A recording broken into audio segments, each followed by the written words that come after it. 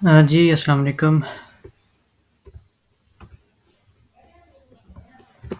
Welcome to risk based PVS software. इस video में मैं आपको इन डिटेल जो है एक डेमो दे रहा हूँ कि किस तरह से आप जो है वो अपने इस सॉफ्टवेयर के थ्रू जो है अपना हार्डवेयर स्टोर जो है वो कम्प्लीटली मैनेज कर सकते हैं। तो शुरू करते हैं जी डैशबोर्ड से। ये आप सामने देख रहे होंगे कि ये डैशबोर्ड है। तो इस डैशबोर्ड में आप अपना टोटल परचेजिंग आप देख सकते हैं, टोटल सेल्स अपनी देख सकते हैं, परचेजिंग जो ड्यूज़ हैं वो देख सकते हैं, ठीक है। एक पूरा ए टू ज़ी आपका जो एक डैशबोर्ड में आपको टोटल नज़र आ जाएगा। इनवॉइस ड्यूज़ हैं, ये इनवॉइस ड्यूज़ वो हैं जो कस्टमर से आपने पैसे लेने हैं।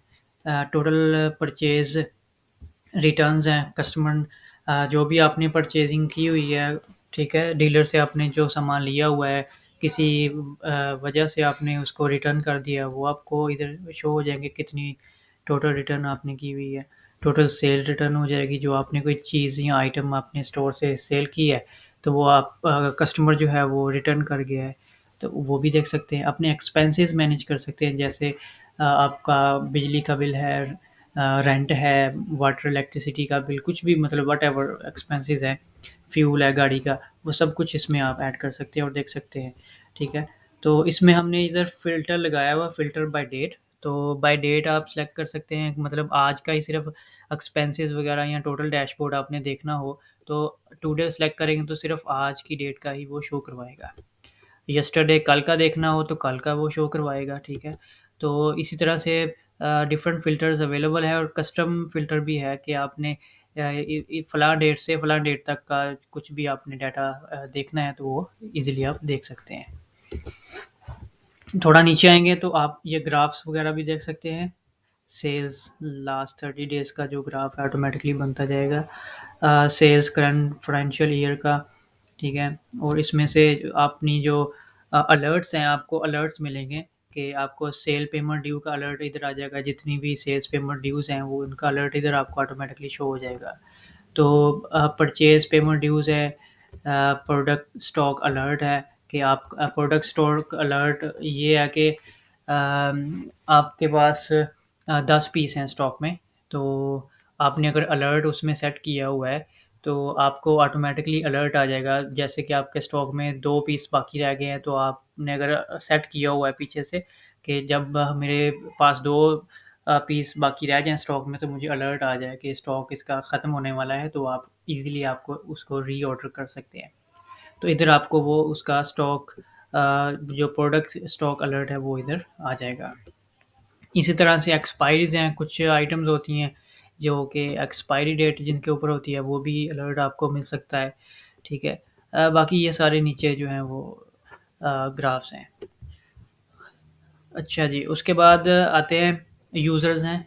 यूज़र्स में आप अपने तमाम जो यूज़र्स हैं वो ऐड कर सकते हैं, जैसे एक से ज़्यादा यूज़र है, जैसे एक ये तो अभी मैंने admin as a admin open किया हुआ है, ठीक है। तो अगर आप कैशियर को ऐड करना चाहते हैं तो इधर से आप यूज़र्स में जाके कैशियर्स का अलहदा से अकाउंट बना सकते हैं, तो वो एज़ ए कैशियर अपनी सेल्स जो है वो कंटिन्यू कर सकता है। और आगे आ जाता है रूल्स का। रूल्स है कि कैशियर को आपने कौन-कौन सी एक्सेस देनी है। जैसे एडमिन के पास तो पूरी एक्सेस होती है, लेकिन जो कैशियर होगा, कैशियर को आपने कौन-कौन से रूल्स जो है वो या एक्सेस आपने उसको देनी है। जैसे कस्टमर ऐड कर सकता है, नहीं ऐड कर सकता, प्रोडक्ट ऐड कर सकता है या नहीं कर सकता है, ठीक है। पीवीएस स्क्रीन देख सकता है, नहीं देख सकता, सेल का ये पूरे जो है ऑप्शंस हैं। कोटेशंस बना सकता है, नहीं बना सकता, अगर बना सकता है तो आप इधर से उसको अलाउ कर दें, अगर नहीं कोटेशन दे सकता तो उसको डिसअलाउ कर दें, ठीक है जी। इसी तरह से ये रिपोर्ट्स का भी है कि रिपोर्ट्स वगैरह वो देख सकता है या नहीं, तो अगर अलाउ करेंगे तो वो देख सकता है, डिसअलाउ करेंगे तो वो उसको रिपोर्ट्स वगैरह शो नहीं होगी। जैसे ये अभी एक्सपेंसेस हैं, तो एक्सपेंसेस अगर वो ऐड कर सकता है तो ठीक है, ऐड कर ले, एडिट कर सकता है, डिलीट कर सकता है, जो आपने उसको एक्सेस देनी है इधर से आप अलाउ करेंगे तो ईज़िली वो अ, उसको शो हो जाएँगे। अच्छा जी, उसके बाद आ जाता है कॉन्टैक्ट्स। कॉन्टैक्ट में सप्लायर्स हैं, जो भी सप्लायर्स होंगे आप उसको जो अपने टोटल सप्लायर जो है इसमें आप डाटा एंट्री उसकी कर सकते हैं सप्लायर्स की। इसी तरह से कस्टमर्स है, कस्टमर्स के भी जो है वो आप ऐड कर सकते हैं। कस्टमर ग्रुप्स हैं, कस्टमर के ग्रुप्स आप बना सकते हैं। मतलब ग्रुप्स इस सूरत में बन सकते हैं कि कुछ कस्टमर्स होते हैं आप जिनको डिस्काउंट रेट पे आप सेल करना चाहते हैं आइटम के, तो उस पे ऑटोमेटिकली वो आप एक डिस्काउंट सेट करके तो उन कस्टमर का एक ग्रुप बना के उसको डिस्काउंट जो है आप सेट कर देंगे, तो जब भी वो बाय करेगा कस्टमर तो ऑटोमेटिकली डिस्काउंट उसमें ऐड हो जाएगा। ये ऑप्शन भी अवेलेबल है। ये आप पे डिपेंड करता है कि आप स्टोर में किस तरह से सेल करते हैं। अगला आ जाता है जी के प्रोडक्ट्स है। तो प्रोडक्ट्स में लिस्ट प्रोडक्ट है, आपने कोई प्रोडक्ट सर्च करना है, ठीक है, या आपने देखना है कि टोटल कितने प्रोडक्ट है, स्टॉक चेक करना है, ठीक है, उसकी यूनिट परचेज प्राइस क्या है, उसका रैक किधर है, लोकेशन किधर है प्रोडक्ट की, ठीक है, तो वो इधर से आप उसको प्रोडक्ट लिस्ट में देख सकते हैं। चले पहले मैं आपको एक प्रोडक्ट ऐड करके दिखाता हूँ कि ऐड प्रोडक्ट करने के लिए ऐड प्रोडक्ट में जाएँ और प्रोडक्ट का इधर नाम लिखें। जैसे मैं लिख देता हूँ फॉर एग्ज़ाम्पल ड्रिल मशीन है।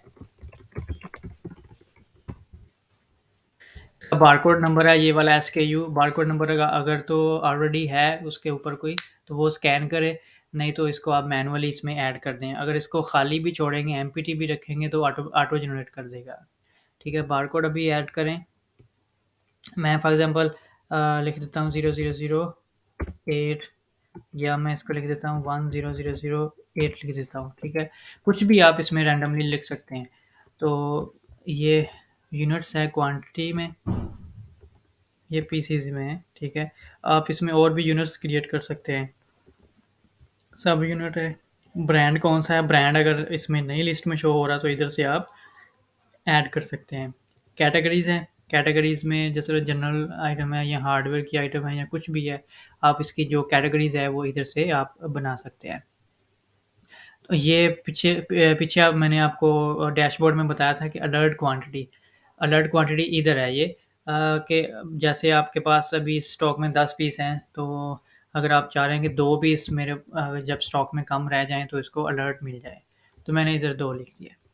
तो बाकी प्रोडक्ट की डिस्क्रिप्शन आप लिख सकते हैं, कितने केवी का है या कितने इसके वोल्टेजेस है, या कोई जो भी इसकी डिस्क्रिप्शन है, डिटेल है, वो इसमें ऐड कर सकते हैं। नहीं तो कोई ज़रूरत नहीं है लिखने की। तो आगे आ जाता है इसका वेट कितना है वो लिखना है, ठीक है, नहीं तो कोई मसला नहीं है। उसके बाद अपना रैक वगैरह लिख सकते हैं। ये कस्टम फ़ील्ड्स हैं, कस्टम फ़ील्ड्स वो पीछे से सेटिंग्स में से इसकी वो क्रिएट करनी पड़ती है कि आप जैसे कस्टम फ़ील्ड 1 है ना, इसकी जगह आप लिख सकते हैं रैक नंबर, इसकी जो स्टोर किधर है, किधर लोकेशन है इसकी एग्ज़ैक्टली, तो वो सारी चीज़ें उसमें वो शो हो जाएँगी। तो मैं आपको अभी ये करके भी दिखाऊँगा। तो उसके बाद है जी वैट है। वैट अगर आप इसमें ऐड करना है तो ठीक है, नहीं तो आपके बिज़नेस पे डिपेंड करता है।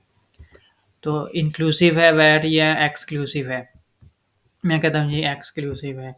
तो प्रोडक्ट सिंगल ही है, ओके। मेरी जो परचेजिंग प्राइस है, मैं कहता हूँ जी कि 10 रियाल मेरी परचेजिंग है और मैं फॉर एग्ज़ाम्पल 15 रियाल की सेल करना चाह रहा हूँ। तो मैंने 15 इसको लिख दिया है। Save and add opening stock. Quantity मेरे पास अभी 10 पीस है जी, तो 10 पीस लिखे हैं तो मेरा टोटल जो है वो ये आ गया 100 रियाल टोटल हो गया है। क्योंकि 10 रियाल मेरी कॉस्ट प्राइस आ रही है बिफोर टैक्स, तो मेरी टोटल अमाउंट है 100 रियाल्स। तो मैं इसको सेव कर देता हूँ। ये मेरा ये प्रोडक्ट जो है वो ऐड हो चुका है। ठीक है, तो अभी जैसे कि मैं इसको देखना चाहूँ, तो प्रोडक्ट का सर्च करना चाहूँ कि इसमें कितने पीसेस पड़े हैं या किधर इसकी लोकेशन है, तो मैं उसका जो इधर से लिस्ट प्रोडक्ट्स में आऊँगा। लिस्ट प्रोडक्ट में आने के बाद इसको सर्च करूँगा, यहाँ स्कैन करूँगा। अगर स्कैनर है तो बारकोड स्कैन करूँगा, अगर नहीं तो फिर बारकोड का नाम, या मैं वैसे मैनुअली उसका नाम भी लिख सकता हूँ आइटम का। जैसे ड्रिल मशीन है, ठीक है, तो ये ऑटोमेटिकली इधर देखें ड्रिल मशीन आ गई है। ठीक हो गया। अगर ड्रिल मशीन मेरे पास बारकोड है तो मैं बारकोड नंबर लिखता हूँ। तो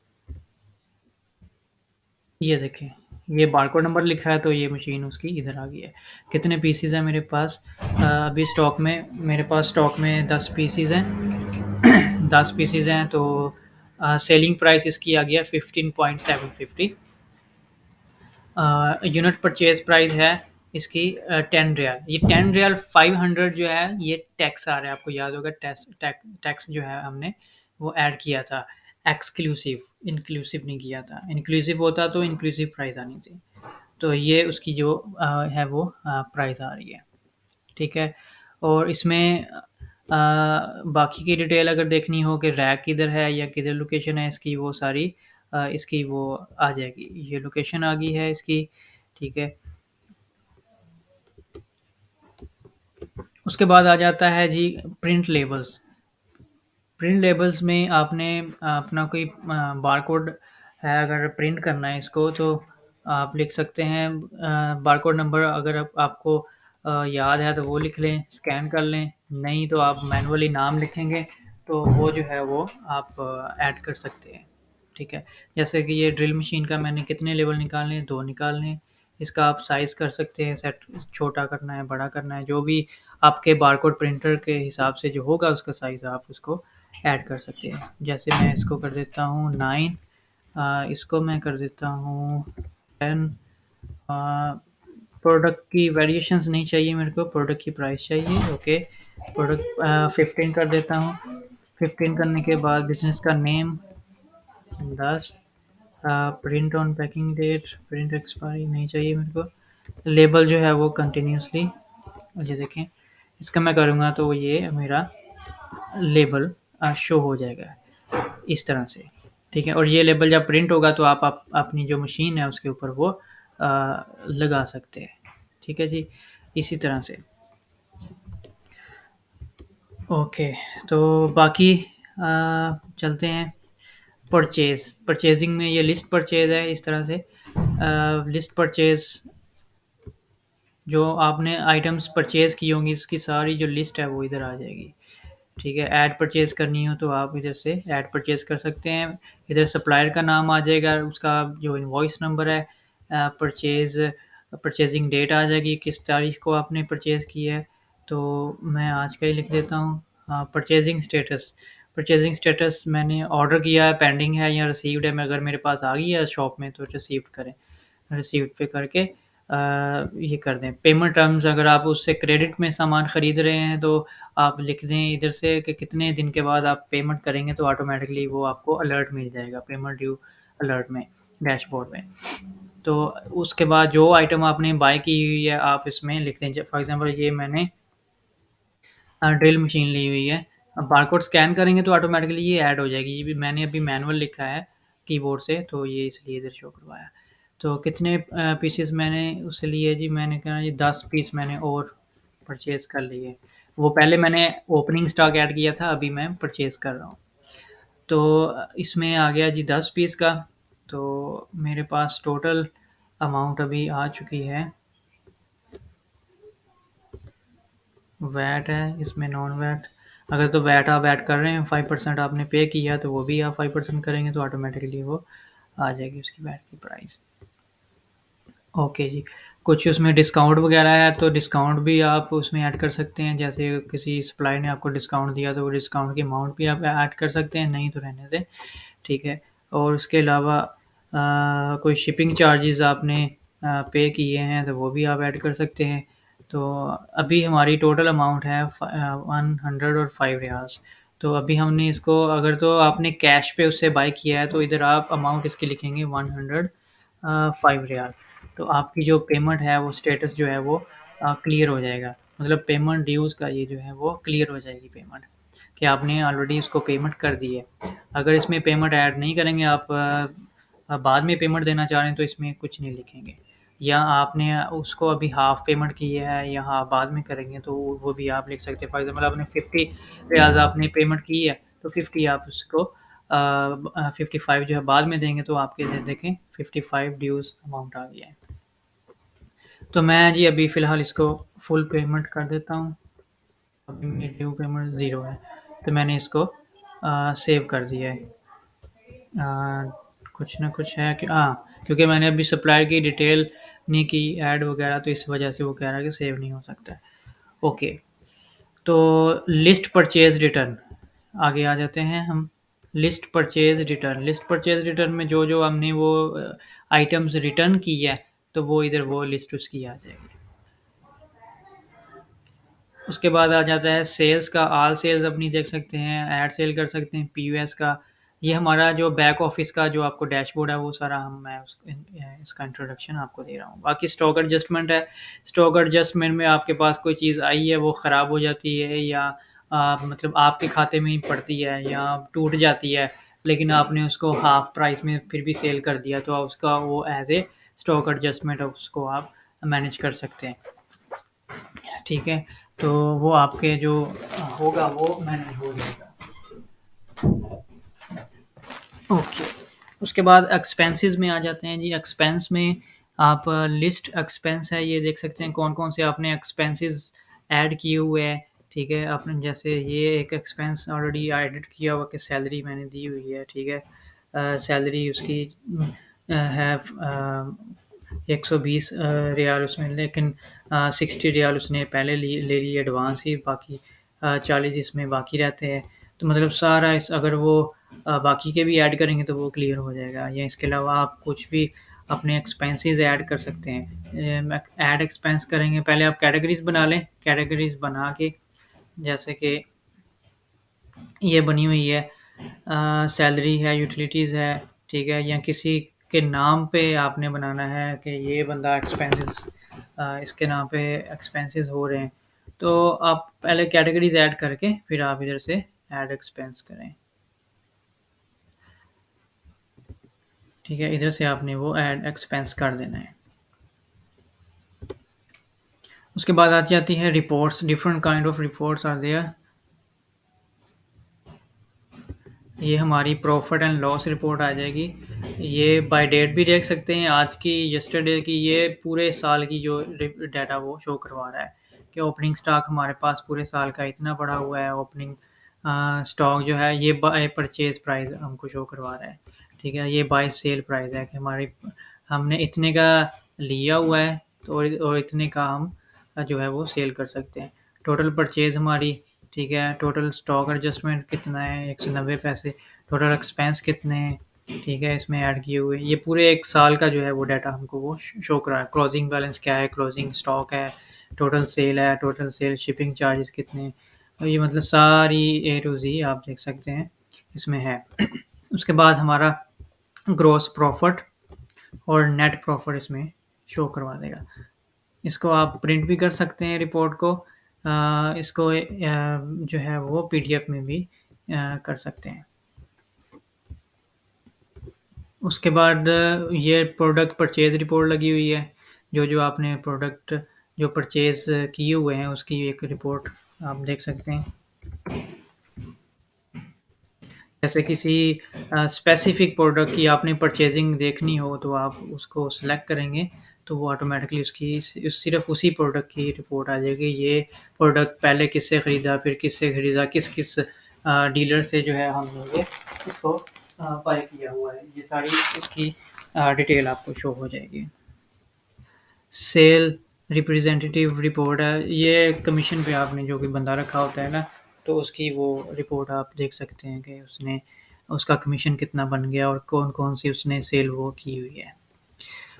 रजिस्टर रिपोर्ट, आपको पूरे रजिस्टर की डिटेल रिपोर्ट मिल जाएगी। आप ये आज के दिन की रजिस्टर की रिपोर्ट शो करवाएगा। इधर से आप यस कल की देख सकते हैं, इधर से लास्ट 7 डेज़ की, मतलब फ़िल्टर लगे हुए हैं, आप देख सकते हैं। एक्सपेंस रिपोर्ट 1 महीने की देखनी हो, कितना एक्सपेंस हो गया। Sale payment reports, purchase payment report, product sale report, item report, purchase sale report, stock adjustment की होगी, स्टॉक एक्सपायरी, स्टॉक रिपोर्ट, पूरे स्टॉक की रिपोर्ट आपने देखनी हो, कितना स्टॉक बाकी है, कितना उसमें है। ठीक है, ये आप देख सकते हैं। यूनिट की जो प्राइस है, करंट स्टॉक उसका इतना है, current stock value by purchase sale इसकी इतनी है। कोई भी प्रोडक्ट आप देख के उसकी आप डिटेल वगैरह सारी देख सकते हैं। ठीक है, टैक्स रिपोर्ट है, आप देख सकते हैं कि टोटल कितना टैक्स आपने पे करना। अगर एक पूरे मंथ का करना, लास्ट 30 डेज़ का तो आपको वो पूरी उसकी वो टैक्स रिपोर्ट शो करवा देगा। उसको ईज़िली आप पीडीएफ में या एक्सेल में वो एक्सपोर्ट कर सकते हैं या डायरेक्टली प्रिंट कर सकते हैं। ये एक्टिविटी लॉग्स आ गया। एक्टिविटी लॉग्स है कि आप ने कोई चीज़ जो काम इस सॉफ्टवेयर के अंदर हो रहा है, कोई चीज़ ऐड हो रही है, डिलीट हो रही है या किसी ने भी कुछ किया तो उसकी एक्टिविटी लॉग्स आ जाएगी। बाय मिस्टेक भी अगर आपसे कुछ डिलीट हो जाता है या कुछ ऐड करते हैं तो आप इधर से इजीली देख सकते हैं कि किस यूज़र ने क्या ऐड किया है या किस यूज़र ने क्या एडिट किया है या किस यूज़र ने क्या डिलीट किया है। तो वो सारी एक्टिविटी लॉग्स इसमें वो आ जाएंगे। ये नोटिफ़िकेशन टेम्पलेट्स हैं। नोटिफ़िकेशन टेम्पलेट्स ये हैं कि आप अपनी जो ईमेल है इसको कॉन्फ़िगर कर सकते हैं। ईमेल के थ्रू अपने कस्टमर्स को ईमेल के थ्रू अपनी इनवॉइस वग़ैरह या आपके सप्लायर्स जो हैं, ठीक है? उनको आप जो बिल पेमेंट की डिटेल जो है वो सारी उसको आप बाय ईमेल सेंड कर सकते हैं। ये सहूलत सिर्फ़ ऑनलाइन यूज़र्स के लिए है। सेटिंग्स में आप आएँगे तो आप अपने बिज़नेस की टोटली सेटिंग्स आप ऐड कर सकते हैं। अपने बिज़नेस का नाम, करेंसी, अपना लोगो, फाइनेंशियल ईयर, जो स्टॉक अकाउंटिंग मेथड होता है उसको आप सेलेक्ट कर सकते हैं। First in, first out, last in, first out, ठीक है? By default profit margin percentage set कर सकते हैं। टाइम फॉर्मेट 24 है या 12 है, तो वो उस हिसाब से हो जाएगा। पहले डेट है, मंथ है, ईयर वो आप सेलेक्ट कर सकते हैं। 30 डेज़ ट्रांज़ैक्शन एडिट कर सकते हैं कि मतलब 30 दिन के अंदर-अंदर कोई बिल अगर बना है तो उसको आप एडिट, डिलीट या कुछ भी कर सकते हैं। अगर मैंने 30 किया है, अगर 40 करता हूँ तो 40 में आ जाएगा कि मैं 40 दिन के अंदर-अंदर जो भी बिल है, अगर कोई कस्टमर मेरे से कोई आइटम लेके आया है तो within 40 days he can return. अगर तो 40 डेज़ के अंदर-अंदर वापस कोई चीज़ करके आता है तो सिस्टम एक्सेप्ट कर लेगा, अदरवाइज़ वो एक्सेप्ट नहीं करेगा, कुछ नहीं करेगा, उसको लॉक हो जाएगा वो। तो मैं इसको 30 डेज़ पे ही रहने देता हूँ, ठीक है? तो उसके बाद हमारा टैक्स की डिटेल होती है। टैक्स नंबर अपना, वैट आईडी और उसका टैक्स नंबर लिख देंगे, ठीक है? प्रोडक्ट है, प्रोडक्ट में आपने जो चीज़ें इसको इनेबल डिसेबल करनी है, ये कॉन्टैक्ट है, ठीक है? सेल्स है, पीवीएस की स्क्रीन है, अगर टच स्क्रीन आपके पास कंप्यूटर है, टच स्क्रीन पे कर लें। अगर आपके पास कीबोर्ड से आप यूज़ करना चाहते हैं, कीबोर्ड की शॉर्ट कीज़ आप बना सकते हैं इसके अंदर सेट करके, आप कीबोर्ड से डायरेक्टली जो है वो अपना मैनेज कर सकते हैं सॉफ्टवेयर को। माउस की ज़रूरत नहीं है, माउस एक्स्ट्रा साथ में लगाने की। परचेज़िंग है, तो परचेज़िंग में भी जो चीज़ें आपको इनेबल डिसेबल करनी है वो ईज़िली आप देख कर सकते हैं। स्टॉक एक्सपायरी अलर्ट आपको देख सकते हैं। सिस्टम का कलर आप थीम चेंज कर सकते हैं। प्रीफिक्सेस है, ईमेल की सेटिंग है, एसएमएस की सेटिंग है, रिवार्ड पॉइंट है। इसमें रिवार्ड पॉइंट ये है कि आपने कोई चीज़, कस्टमर आपसे 10 रियाल की बाय करता है चीज़, आप उसको पॉइंट दे सकते हैं। फिर पॉइंट्स को आप उसमें अमाउंट में कन्वर्ट करके कस्टमर को एज ए डिस्काउंट अलाउ कर सकते हैं, ठीक है?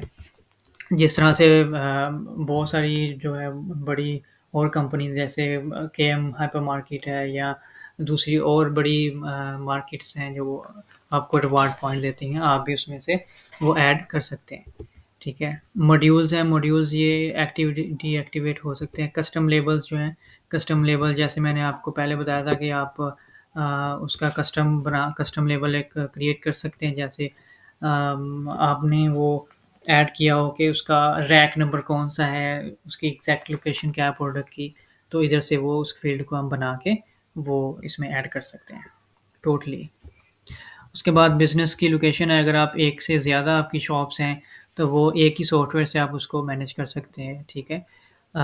उसके बाद आ जाता है इनवॉइस सेटिंग्स है। इनवॉइस सेटिंग्स में आप अपने जो इनवॉइस है उसकी सेटिंग कर सकते हैं। ए4 साइज़ आपने प्रिंट करना है या थर्मल लेवल पे करना है। बारकोड सेटिंग्स है, बारकोड सेटिंग की अगर आप बारकोड प्रिंट जो है वो प्रिंट करना चाहते हैं, अगर कोई उसकी स्पेसिफ़िक सेटिंग्स है बारकोड लेबल की तो वो उसमें आप ऐड कर सकते हैं।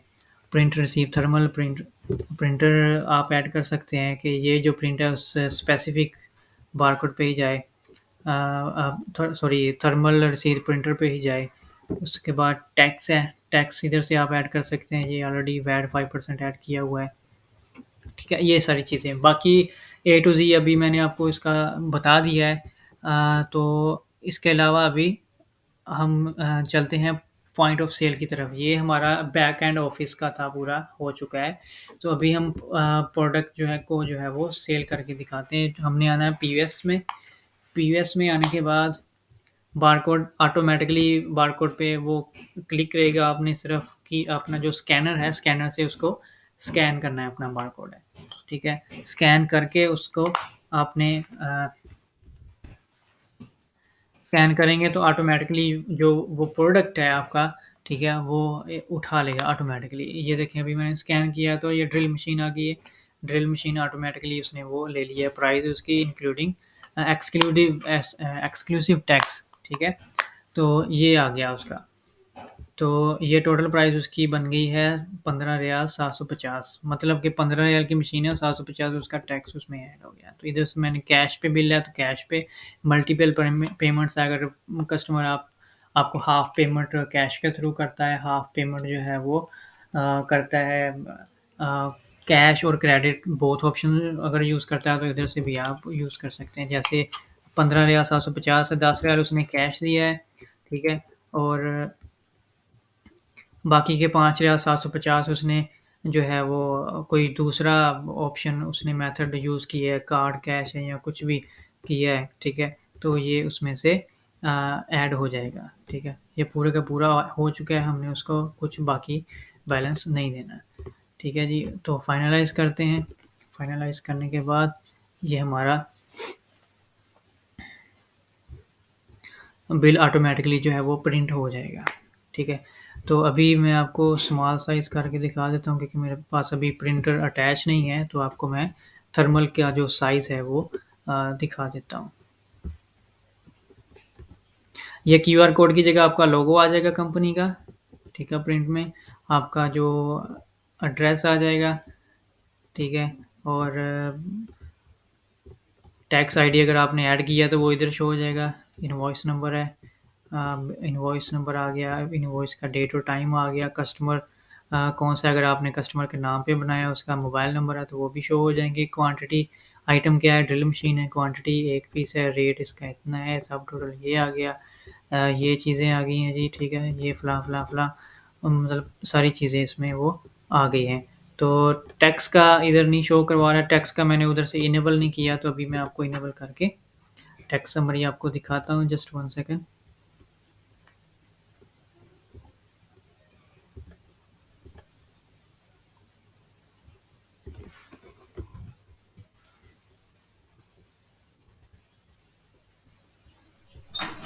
ओके, तो अभी मैंने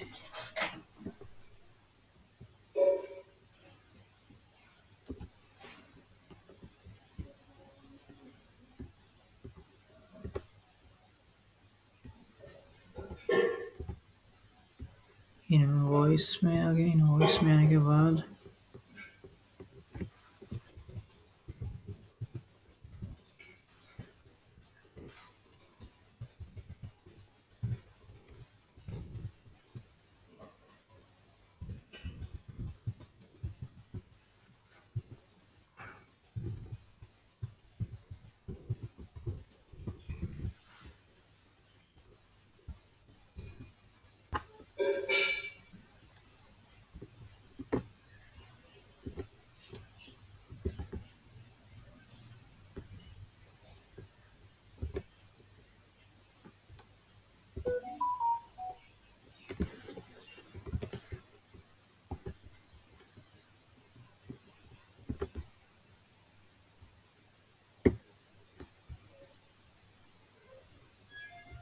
उसको बड़ा करके मैं दिखाता हूँ थोड़ा। ये देखें, इसमें टैक्स आपका शो हो चुका है कि टोटल इसका वैट 5% है, और टोटल टैक्स इसका जो है, अगर एक से ज़्यादा आइटम्स हैं तो उनका वो टोटल टैक्स वो शो करवा देगा इधर, ठीक है। इस तरह से जो है आपका वो बिल वो शो हो जाएगा। तो इसी तरह से कस्टमर अगर आपको बिल बन गया है, अगर तो इसको डिलीट करना है, डिलीट भी कर सकते हैं। इसको एडिट करना है, कुछ और आइटम करनी है ऐड, तो इसमें क्लिक करेंगे। क्लिक करने के बाद जो है वो ये आइटम आ जाएंगी, और भी आइटम इसमें ऐड करके, ठीक है, और उसको आप दोबारा से उसका जो बिल है वो आप बना सकते हैं, ठीक है। अगर कुछ भी आइटम्स हैं तो इसकी कोटेशन बनानी है, तो कोटेशन बनाने के लिए बारकोड स्कैन किया है, ठीक है? इसकी कोटेशन बनानी है, तो कोटेशन आप कस्टमर सेलेक्ट कर लें कोई। फॉर एग्ज़ाम्पल ये एक कस्टमर है। ये देखिए कस्टमर का जो पहले का जो ड्यू का बैलेंस होगा वो भी उसमें शो करवा देगा। अगर आप ऑलरेडी कस्टमर ने कोई सामान लिया हुआ है ना, तो उसका ड्यू बैलेंस ऑलरेडी वो शो करवा देगा कि इसका इतना पहले से ड्यू बाकी है। तो उसको कोटेशन देनी है, तो ये कोटेशन का है। कोटेशन आप पे क्लिक करेंगे तो ये कोटेशन का जो है वो प्रिंट ऑटोमेटिकली वो आ जाएगा।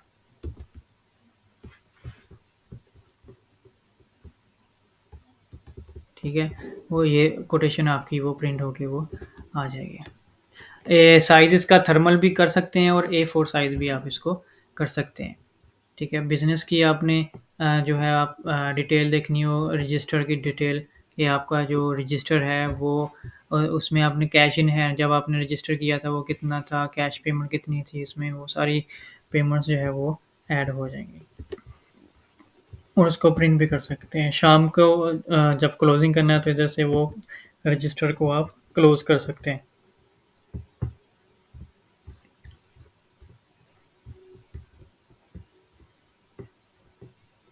ठीक है जी, आपकी टोटल ग्रैंड टोटल जो है आपका आज की सेल 17 रियाल 558 रुपीज़ हो गई है, तो आप इधर से क्लोज़ रजिस्टर कर सकते हैं। ठीक है, आपका रजिस्टर क्लोज़ हो गया है। तो अगर दोबारा जब ओपन करेंगे सुबह मॉर्निंग में आके, तो आप दोबारा जब ओपन करेंगे तो वो पूछ रहा है कि कैश इन हैंड कितना आपके पास कैश है आपके कैश ड्रॉ में। फॉर एग्ज़ाम्पल आपके पास चेंज 10 रियाल की पड़ी हुई है ऑलरेडी, तो वो ओपन हो जाएगा, तो आप सेल आपकी वो नेक्स्ट डे की स्टार्ट हो जाएगी। फिर जब आप क्लोज़ रजिस्टर करेंगे, तो आपको वही जो 10 रियाल है वो ऑलरेडी आपको वो शो करवा देगा कि आपके 10 रियाल ऑलरेडी इसमें एडेड हैं। आई होप कि आपको वो सारी इसकी समझ आ गई होगी। बाकी इंशाल्लाह कुछ भी आप रहेगा तो आप हमको व्हाट्सएप पे कॉल के थ्रू आप जो भी है आप हमसे डिटेल पूछ सकते हैं। तो हम 24 आवर आपकी हेल्प के लिए अवेलेबल होते हैं। Thank you.